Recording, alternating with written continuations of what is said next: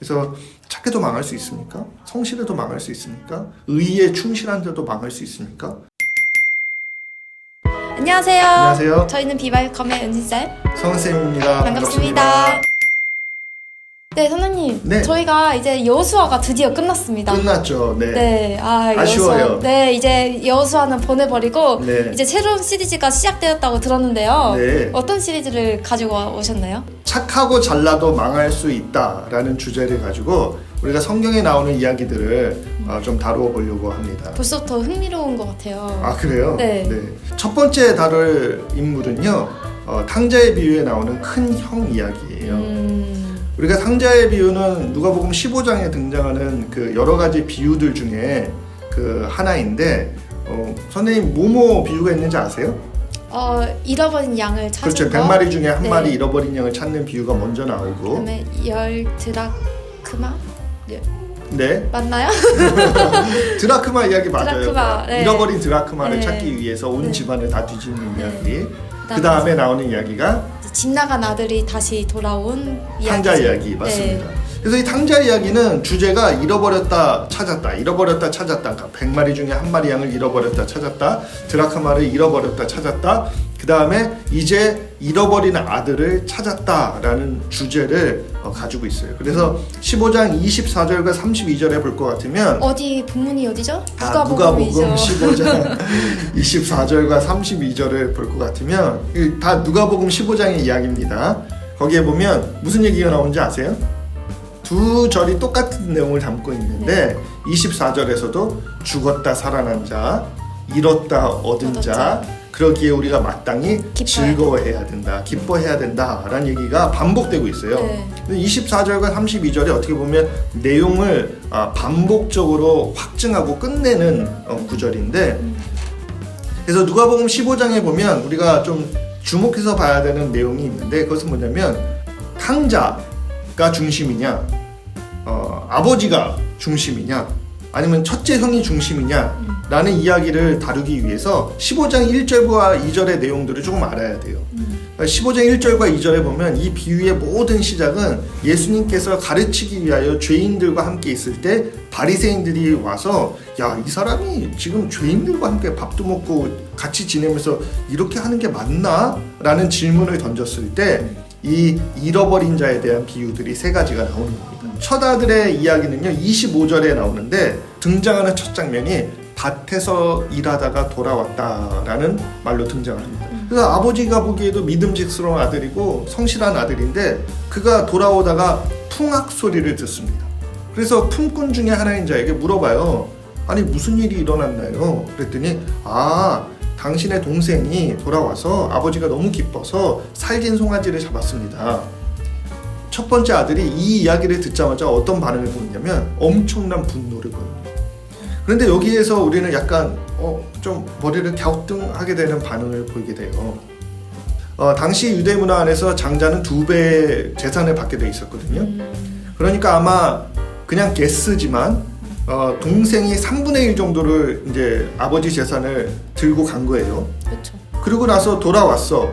그러면 이제 남아있는 건 다 누구 거예요? 내 거야.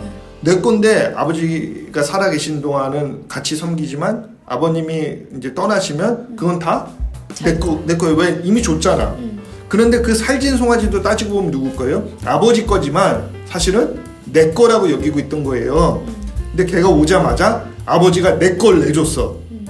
여기서부터 분노가 시작되는 거죠. 풍악이 울려서 동생의 돌아온 생존 보고보다도 내가 손해본 것이 더 크게 느껴질 때 그것이 분노가 되더라라는. 첫째 아들이 아버지와 대화할 때 아버지가 잔치를 벌였는데 큰 아들이 안 들어오니까 동생을 마중 나갔던 모습 그대로 아버지가 첫째를 마중 나옵니다. 그래서 같이 들어가자 그럽니다. 똑같은 상황이에요. 방탕한 탕자에게만 아버지가 나갔던 게 아니에요. 첫째에게도 아버지가 나갔어요. 아버지가 권위를 내려놓고 아들에게 나갔어요. 그래서 영접합니다. 들어오라고. 근데 아들이 뭐라고 대답하냐면, 아버지의 재산을 탕진한 이 아들. 그러니까 이거는 아들이란 얘기도 아니고, 그러니까 타인이란 뜻이에요. 그러면서 뭐라 그럽니까? 그가 돌아왔다고 살진 송아지를 잡아주는 게 말이 됩니까? 그러니까 송아지 자체가 문제라기보다는 나에게 손해를 끼친 자에게 또 다른 것을 베푸는 게 맞습니까? 그리고 더 나아가서 내가 아버지를 섬기는 동안에는 나에게 그런 베품이 있었습니까? 라는 질문을 합니다. 아버지 안에서 볼 때 차이가 있느냐? 내가 보기엔 둘 다 똑같아요. 둘째 아들은 방탕함을 표현해서 자기 마음대로 살았고, 첫째 아들은 억눌려 놓은 자기의 마음 안에 분노도 있고 원망도 있고 마땅히 받아야 될 어떤 그 베네핏을 누리지 못한다고 손해본다고 생각하면서도 꾸준히 일을 했던 착한 아들이라는 거예요. 아마 세상 사람들이 봤을 때 첫째 아들은 칭찬받았을지 몰라요. 그쵸. 아버지를 끝까지 섬기는구나. 둘째 아들은 돈 들고 쳤다는데 쟤는 그래도 아버지 옆에 붙어있네. 아버지의 밭을 가꾸고 있네. 아버지의 소떼와 양떼를 돌보네. 야, 얼마나 헌신적이고 성실하냐. 저런 애가 진짜 효자지. 그러나 따지고 보면 그가 아버지에게 분노하는 과정들을 통하여서 자기를 나는 종 같은 사람이었습니다 라고 표현할 때 거기는 아무런 감사도 사랑도 아무것도 없어요. 궁극적으로 내가 받아야 될 유익에 대한 가치만을 계산하고 있던 아들밖에 없는 거예요. 그러니까 그 계산의 가치들이 깨질 때 누군가 내게 손해를 끼치는 게 내 동생일지라도 내 사랑의 동생일지라도 그것이 그 가치가 깨지는 순간이 왔을 때 분노로 반응하는 거죠.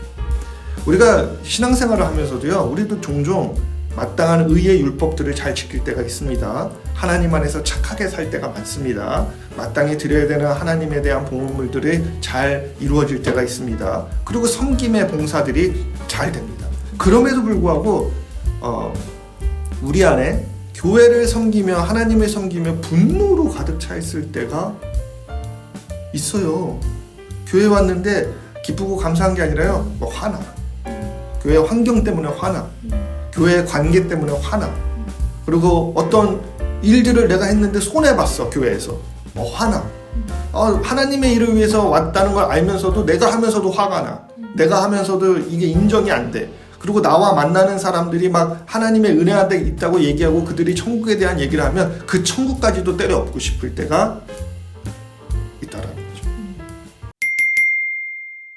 우리는 이 이야기들을 통해서 우리 신앙들을 좀 봐야 될 것 같아요. 우리가 과연 하나님의 나라, 그 즐거운 잔치에 들어갈 수 있을까? 혹시 우리는 큰 아들처럼 내가 아버지를 끝까지 섬겼고 내가 아버지의 일들을 다 감당했고 밭에서 돌아오는 수고를 멈추지 않았고 이런 것들만 혹시 자랑하고 있지는 않을까?